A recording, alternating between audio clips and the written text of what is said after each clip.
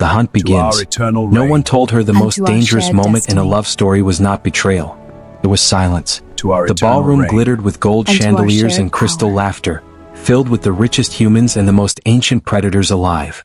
To the human world, it was the annual charity gala of the Valerian Foundation. To the supernatural world, it was the night the vampire court gathered under one roof. And at the center of it all stood the man who ruled them, the Vampire King. He looked like sin carved into marble. Tall, immovable, dressed in a black suit tailored by hands that had been dust for decades. His presence bent the air around him. Conversations softened when he passed. Eyes dropped. Even immortals feared him. And yet, his hand rested gently at the small of her back. As if she were fragile glass. As if she were home. Elena had never belonged in rooms like this. She still felt like the girl who once cleaned tables for tips and skipped meals so her younger sister could eat. Even now, wrapped in silk and diamonds, she felt like an intruder pretending to be a queen. But when he looked at her, the fear always quieted. "You're trembling," he murmured softly, leaning closer so only she could hear. "I don't like the way everyone is staring," she whispered. "They stare because they envy," he replied calmly. "You hold the heart of the man they fear." Before she could answer, the heavy ballroom doors opened. The sound silenced the room like a snapped thread. Every vampire turned at once. The woman who stepped inside was breathtaking. Pale, elegant, ancient. Her beauty was colder than winter and sharper than a blade. And her hand rested over the unmistakable curve of a pregnant belly. A collective gasp rippled through the room. Vampires did not have children. They could not. The Vampire King went perfectly still beside Elena. The woman walked toward them slowly, the echo of her heels sounding like a countdown to disaster. "Elena," she purred sweetly, ignoring her completely as she stopped in front of the king. "It seems the royal bloodline will continue after all." The words fell like knives. Elena waited for him to laugh. To deny it. To destroy the insult. Instead, he stared at the woman's stomach. Shock flickered across his face. Just for a second. But it was enough to shatter her world. The silence that followed was unbearable. Suffocating. Endless. "Elena," he finally said quietly, but he did not look at her. That was the moment she understood. In a room full of predators, she had just become prey. She stepped back slowly. Then another step. No one stopped her. No one noticed her leaving. The queen vanished from the palace that night without a goodbye. And the hunt began. 8 months later. The smell of burnt coffee and frying oil filled the tiny roadside diner. Rain tapped against the windows, turning the world outside into blurred gray shadows. "Elena. Table 3 needs refills." She flinched at the name. Not Elena anymore. "Coming," she called softly. Now she was just Maya. A waitress with dyed black hair and tired eyes. A ghost. Her hands were rough now, no longer decorated with jewels. The expensive gowns were gone. The penthouse was gone. The fairy tale was gone. She had learned how to disappear. Cheap motels. Cash payments. No digital trail. No friends. No past. Because the most powerful vampire in the world was looking for her. And she knew he would never stop. She wiped the counter, forcing a smile for the customers. The old cook who owned the diner treated her kindly, never asking questions. He only saw a quiet girl trying to survive. If only he knew. A wave of nausea hit suddenly. Her hand moved instinctively to her stomach. The secret she carried was the reason she ran. 3 weeks after fleeing the gala, she had discovered the truth. She wasn't running alone. She was carrying the king's child. The irony still felt cruel enough to laugh at. The woman at the gala might carry his political heir. But this child was born from love. And that made it dangerous. If the court learned the truth, they would see the baby as a threat. If the king learned the truth, would he lock her away forever to protect the heir? Would he take the child from her?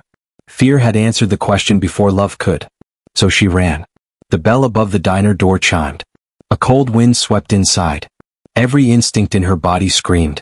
The room felt heavier, thinner, like the air had been replaced by electricity. A man stepped inside wearing an expensive dark coat completely wrong for a roadside diner. His presence bent the space around him. Predator. Ancient. Dangerous. Her heart stopped. Not him. Worse. The king's tracker. "Table for 1, the man said calmly, scanning the room. His eyes landed on her. Recognition flashed instantly. "Maya," he said softly. Then with quiet certainty. "Or should I say, Your Majesty." The mug slipped from her hands and shattered across the floor. The hunt was no longer distant. It had found her. And somewhere far above the clouds, a private jet cut through the storm. Inside, the Vampire King stared out the window with hollow eyes. "Where is she?" he asked quietly. His security chief hesitated.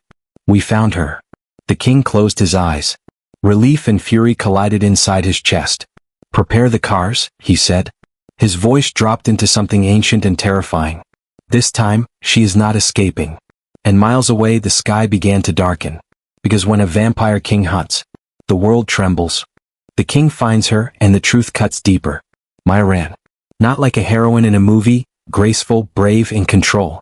She ran like a terrified girl who had been hunted once before and knew what came next. Cold rain slapped her face as she pushed through the diner's back door into the alley. Her shoes skidded on wet gravel.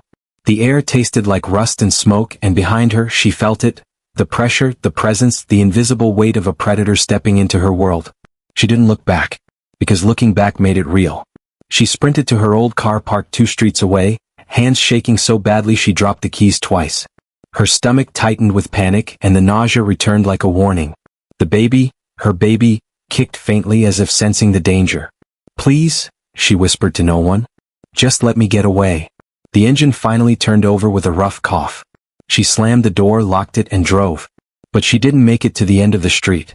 A black car slid smoothly into the road ahead, blocking her path like a moving wall. Its headlights cut through the rain. The driver's door opened slowly. The man stepped out without urgency. That was the scariest part. He didn't need to rush. He already knew she was trapped. "Don't," Maya breathed, gripping the steering wheel so hard her fingers hurt. The tracker walked toward her car as if approaching a stray animal. He didn't knock. He just spoke through the glass, calm, polite, terrifying. "Maya, you can stop. You're tired." Her throat tightened. "My name isn't Maya." His lips twitched. "Elena." The way he said her real name made her chest ache. It brought memories rushing in, warm hands, soft words, the king's gaze when he thought no one was watching. She snapped the memory shut like a door. "How did you find me?" she demanded, voice shaking. The tracker tilted his head, almost regretful. "You underestimated the king. And you overestimated how long you could hide your scent from an empire." Her eyes burned with tears she refused to let fall. "I'm not going back." "You don't understand," he replied softly. "He isn't hunting you because he wants to punish you." She laughed, small, bitter, broken. "Then why?" The tracker's eyes darkened. "Because he thinks you were taken. He thinks you're dead. And the grief is turning him into something even the court is afraid of." The words punched through her anger for a second. Dead. He believed she was dead? Her heart clenched, and then hardened again. Good. Let him feel what she felt that night. Abandoned, replaced, erased. "I don't care," she whispered. The tracker leaned closer, voice dropping. "You should. Because if you don't come willingly, the court will force it. And not all of them want you alive." That was the moment she realized. This wasn't just about love. This was politics. Power.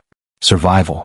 Maya's hand slipped into her pocket and found the small vial she always carried, the one she'd bought with her last piece of jewelry from a hidden spiritual shop. The owner had promised it wasn't strong enough to kill a vampire, but it would burn their senses long enough for her to run. Her fingers tightened around it. The tracker saw the movement. "Don't," he warned quietly. She didn't hesitate. She smashed the vial against the wet pavement. A sharp white mist exploded upward, stinging eyes, filling the alley with the smell of salt and old prayers. The tracker hissed, stepping back, blinking hard. Maya didn't drive forward. That's what he expected. Instead, she threw the car door open and ran the opposite way, into a crowded market street nearby where the noise, smells, and bodies would confuse the trail. People bumped into her. She didn't apologize. She stole a hooded jacket from a rack without thinking, yanked it over her head, and pushed through a side exit. Breathing hard, she spotted a delivery van left running near a corner. Her mind screamed no, no, no. But her instincts screamed louder. She jumped inside, slammed the door, and hit the gas. The van lurched forward. And as she tore onto the highway, she glanced in the rearview mirror. The tracker stood at the market entrance. He wasn't chasing. He was calling someone. And she knew exactly who. The Vampire King now knew where she was. Hours later, the sky was bruised purple with storm clouds as Maya drove without stopping. Her body shook from exhaustion. Her hands cramped around the wheel. Her eyes kept stinging, but she refused to sleep. Not now. Not when he was coming. She had one destination left. One place whispered about in the supernatural underground, neutral ground protected by ancient rules older than even royal blood. A sanctuary. A city where monsters and humans lived on the same streets and no one asked questions. She reached the border city just before dawn, rain turning into a thick cold drizzle. The streets were alive with neon and shadow. Music from underground clubs thumped like a heartbeat. Maya parked the stolen van in a crowded lot, wiped her face and stepped out into the wet air. Her legs trembled as she walked. She found the building hidden behind a narrow alley, a jazz club with a red velvet curtain in the window and a door painted black. Above it a faded sign read, "The Crimson Veil." A large man with strange reflective eyes guarded the entrance. Maya didn't speak. She simply lifted the silver pendant around her neck, proof of a deal, proof of desperation, proof she belonged to the world she was trying to escape. The guard opened the door without a word. Inside, warm air hit her face. The smell of expensive alcohol and old magic wrapped around her like smoke. At the bar sat a man in a gray suit, silver hair slicked back, hands clean like a banker's. But the power around him felt ancient. His eyes lifted toward her, amused. "Elena," he said. "You look like you've been chased by God." Maya swallowed. "I need protection." He smiled slightly. "From the king." "Yes." The man stood slowly, studying her. Then his gaze dropped to her stomach. And for the first time his calm mask cracked. "Oh," he whispered. "That changes everything." Maya's throat tightened. "No one can know." "Too late for that," he said softly. "The king will smell it the moment he's close enough." She grabbed the bar edge, dizzy. "Please. I just need one place where I can breathe." The man's smile turned thoughtful. "You want a hidden room? Underground? Sealed with iron and spell work?" "Yes." He leaned closer, voice quiet. "There's a price." "I'll pay," she lied. Because she didn't have money anymore. She had only courage and fear. And a baby who deserved to live. The man nodded anyway, as if he understood. "Room 4, he said. "Basement level. Iron door. Protective seals." Maya didn't thank him. She just moved, fast, down the spiral staircase toward the underground rooms. The iron door was heavy. The air was colder down here. The walls were damp. The lights flickered. She locked the door behind her. Then, for the first time in months, she collapsed onto the bed and cried. Silent, shaking sobs. Not because she was weak. Because she had been strong for too long. Above the clouds, the Vampire King stood inside his private jet, staring down at the storm. His face looked carved from stone, but his eyes were red. Hunger, exhaustion, rage, grief. He hadn't fed properly in days. Not because blood was scarce. Because nothing tasted right without her. His security chief's voice came through the phone. "She's in the border city." She entered a club. The Crimson Veil. The king's hand tightened around the phone until the plastic cracked. "Clear the streets," he ordered. His voice was calm. Too calm. The kind of calm that comes before a massacre. "Tell the court I am taking back what is mine." He ended the call and stared at the dark horizon. In his mind, he saw her face the moment she ran. Fear. Pain. Betrayal. He clenched his jaw. "Why did you run from me, Elena? I would have burned the world to protect you. But now I will." Maya jolted awake in the underground room. She felt it instantly. The air pressure shifted. The lights flickered again. The space seemed to shrink. Her heart began hammering like a trapped bird. "He's here." She stumbled off the bed, grabbed the small silver blade she kept, though she knew it was useless against him. Then, boom. The sound of something heavy being torn open echoed through the building. Voices upstairs. A polite one. A cold one. A terrifying one. "I'm not here to negotiate," the cold voice said. Maya froze. Even through layers of concrete and iron, she recognized it. It wasn't just his voice. It was the sound of fate. Slow steps began descending the spiral staircase. 1, 2, 3. Each step landed like a promise. The steps stopped outside her door. Silence. Then his voice came through the iron, soft and intimate, the voice of the man she once loved. "Elena," he said. "Open the door." She didn't answer. "I can hear your heart," he continued quietly. "It's racing." Her eyes filled with tears. She pressed the blade forward like it could save her. "Go away," she whispered. Pause. His voice lowered. "I have been searching for you for 8 months. Her chest tightened. "I thought you were dead." Her throat burned. "You replaced me," she cried. The door creaked as the iron began to bend. She backed up until her shoulders hit the wall. You let her take my place, she screamed. You let her stand there with a baby? The iron groaned louder. Elena, he said sharply, voice breaking. She took nothing. The lock snapped like a gunshot. The door burst open. He stood there. The Vampire King. Beautiful and ruined. His tie undone. His hair messy. His eyes wild like a starving wolf who finally found his lost mate. For one heartbeat, neither of them moved. Then she raised the blade, shaking. Stay back. He looked at the blade, then at her face. And instead of anger, pain. Raw pain. You would use that against me? He whispered. Maya's breath hitched. You destroyed everything. He stepped forward anyway. Her hand trembled. And then the dizziness hit, hard. The room spun. Her vision blurred. Her body gave up. She collapsed. But she didn't hit the floor. He caught her instantly, arms wrapping around her, holding her like she was precious. Like she was still his queen. Like he couldn't survive losing her again. I found you, he whispered into her hair, voice shaking. I found you. She tried to push him away, but her body betrayed her. Exhaustion and fear melted her strength. Don't touch me, she cried weakly. Never again, he growled. Never again will I let you disappear. He pulled back, scanning her face for injury. And then, his eyes dropped. His hands moved slowly to her waist. Then lower. Then his palm hovered over her stomach. Maya stopped breathing. His entire body went still. His eyes widened. His pupils swallowed the red until they became pure black shock. Because he wasn't just touching her. He was listening. A second heartbeat. Tiny. Soft. Real. His knees hit the ground. The Vampire King, ruler of monsters, collapsed to the floor like a man praying. His hand trembled as it rested against her stomach. What is this? He whispered. Maya's tears spilled freely now. She couldn't lie anymore. I'm pregnant, she whispered. And the silence that followed was heavier than death. War is declared. The Vampire King did not breathe. He simply knelt on the cold concrete floor, one hand hovering over her stomach as if touching it too firmly might shatter the miracle beneath his palm. A second heartbeat. Tiny. Fragile. Impossible. His shoulders trembled once, barely noticeable, but for a man who had ruled centuries without weakness, it was an earthquake. Our child? He whispered. Maya wiped tears from her face, exhausted and shaking. I found out after I left. 3 weeks later. His head snapped up. You ran, while carrying my child? Her chest tightened.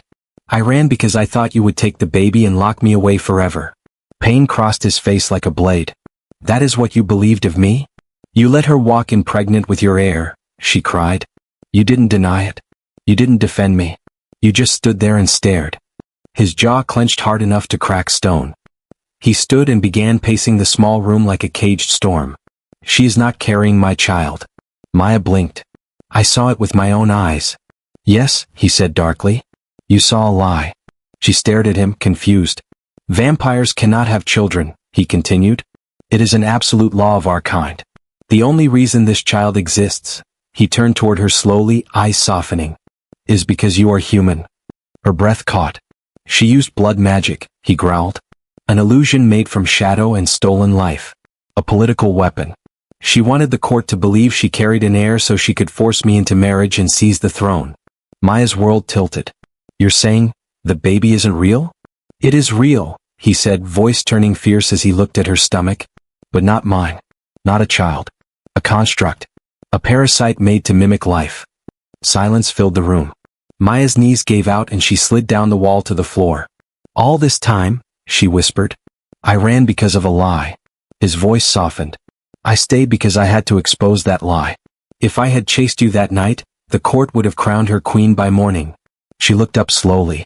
You chose the throne over me. I chose our future, he corrected quietly. So no one could ever take you from me. The weight of those words settled between them like falling snow. Maya pressed her hand over her stomach, tears slipping down her cheeks again. This time from relief, from heartbreak, from the crushing realization of how much had been lost to misunderstanding. I was so alone, she whispered. His expression shattered. He crossed the room in a heartbeat and dropped to his knees in front of her again, taking her shaking hands into his. I tore the world apart looking for you, he said.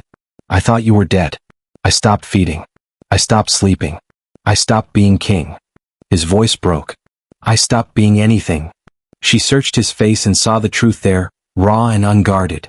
The monster the world feared was gone. In his place was a man who had lost everything. Before she could speak, the lights went out. Darkness swallowed the room. A slow, mocking clap echoed through the ventilation shafts. "Well," a silky voice purred, "this reunion is touching." Maya's blood ran cold. The king's entire body turned to stone beside her. "Camila," he growled. A soft laugh echoed through the walls. "You really should stop chasing your runaway pets, my king. You led me straight to her." Maya grabbed his coat instinctively. "She found us." "Of course I did," the voice cooed. "You always were terrible at hiding your emotions." The heavy iron door behind them slammed shut on its own. A metallic click followed. Magic. Sealing magic. The king's arm wrapped around Maya instantly, pulling her against his side. "You brought the court?" he demanded coldly. "Not the whole court," Camila replied. "Just enough to burn this building to the ground." Maya's breath hitched. "Burn? 5 minutes," Camila sang sweetly. "That's how long you have before the fire starts. I thought you might enjoy a romantic ending." The air already smelled faintly of smoke. The king's jaw hardened. His gaze scanned the room rapidly, calculating, planning, measuring. "We need to move," he said. "There's no exit," Maya whispered. "The only door." "I don't need the door." He pulled her tightly against his chest. "Do you trust me?" Her answer came without hesitation. "Yes." "Hold on to me. Don't let go." He stepped to the center of the room, closed his eyes, and inhaled deeply. The air around him began to vibrate, the temperature dropping sharply as ancient power gathered beneath his skin. Maya clutched his coat as the ground trembled beneath their feet. "You're not breaking the door," she realized. He opened his glowing crimson eyes. "I'm breaking the floor." His fist slammed downward with impossible force. The concrete exploded. The ground vanished beneath them. They fell into darkness. Maya screamed as they dropped into cold air and dust and ancient stone. The ceiling above them collapsed in a roar of flame and debris. They hit the ground hard in a hidden underground tunnel beneath the city, wet stone, old brick, and centuries of forgotten history. The king groaned softly but pushed himself upright immediately, pulling her up with him. "We're in the old tunnels," he said, voice strained. "Pre-war ruins. No maps. No rules." Behind them, the ceiling above the hole glowed orange with fire. "They'll send hunters," Maya whispered. "They already have." From deep within the tunnels came the sound of splashing footsteps. Multiple. Fast. Closing in. The king staggered slightly, catching himself on the wall. His skin had turned pale gray from exhaustion. "You're hurt," she said. "Hungry," he corrected quietly. "Healing cost energy I don't have." Her heart clenched. "You haven't fed." "Not properly," he admitted. The footsteps grew louder. He scanned the tunnels and spotted an old vault room ahead, a heavy steel doorway hanging from broken hinges. "I choke point," he muttered. "Good." He guided her inside and leaned against the wall, breathing slowly. "I may not be able to fight them all," he said. Maya's fear sharpened into determination. "You won't fight them alone." He looked at her, really looked at her, and something changed in his expression. Pride. "You ran for 8 months to protect our child," he said softly. "You are stronger than you believe." The first hunters appeared at the tunnel entrance. Red eyes glowing. Weapons drawn. The king stepped in front of her, body shielding hers completely. Maya grabbed his hand from behind. And for the first time since the hunt began, she wasn't running. She was standing beside him. The king's eyes burned with ancient fury as he faced the approaching hunters. "She wants war," he said quietly. Maya squeezed his hand tighter. "Then we fight." His lips curved into a dangerous smile. "No," he whispered. "We win." The queen rises. The hunters rushed the vault like a wave of red eyes and steel. Maya's heart slammed against her ribs, but she didn't move back. The old version of her, the girl who ran, who hid, who apologized for existing, was gone. She had spent 8 months running for one reason. Now that reason was standing inside her. And she was done running. The first hunter lunged forward with supernatural speed. The vampire king moved faster. A blur of black and crimson collided with the attacker. The sound of bones snapping echoed through the vault like thunder. Another hunter charged. Then another. The tunnel filled with movement, shadows, and violence too fast for human eyes to follow. Maya pressed herself against the wall, breathing hard, clutching her stomach instinctively. He was fighting for them. Every strike, every movement, every growl was pure protection. Yet she could see the truth he tried to hide. He was weakening. Hunger slowed him. Exhaustion dragged at his movements. And the hunters kept coming. One slipped past him. Maya gasped as glowing eyes locked onto her. The hunter smiled. The human first. Fear surged through her veins, but it did not freeze her this time. It ignited something else. The hunter lunged. Maya grabbed the fallen metal rod from the floor and swung with everything she had. The blow cracked across the vampire's face with a metallic clang. He staggered back, shocked, not by the pain but by the audacity. A human had fought back. The king turned just in time to see it. And pride flashed across his face like sunlight. The hunter recovered, furious, ready to strike again. He never got the chance. The king moved like lightning, tearing the attacker away from her with a roar that shook the tunnels. No one touches her. The last hunter fell moments later.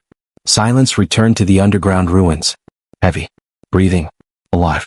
The king stood in the center of the vault, chest rising and falling slowly. Blood stained his shirt. His hands trembled from hunger and overexertion. Maya rushed to him.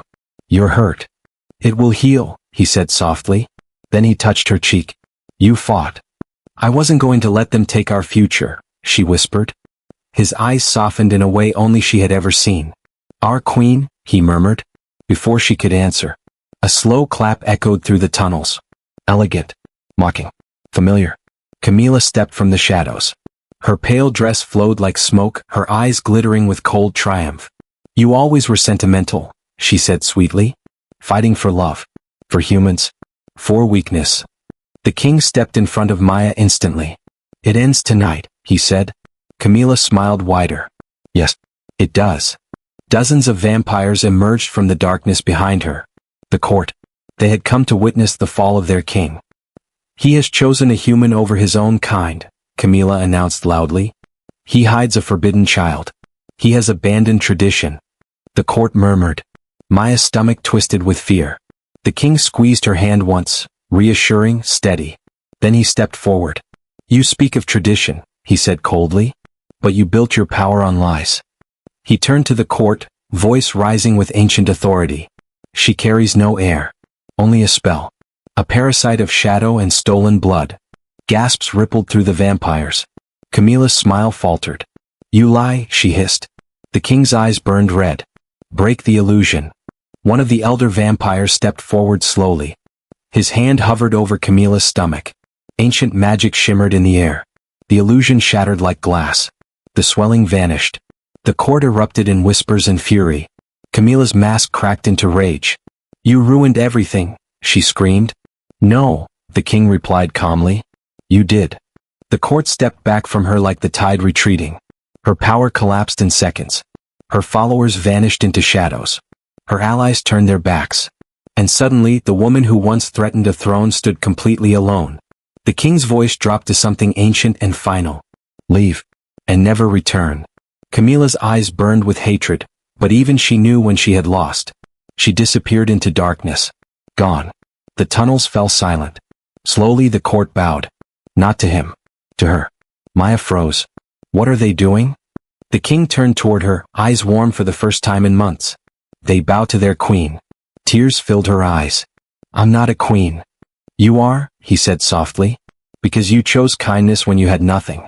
You chose courage when you were afraid. You chose love when it hurt." He knelt before her.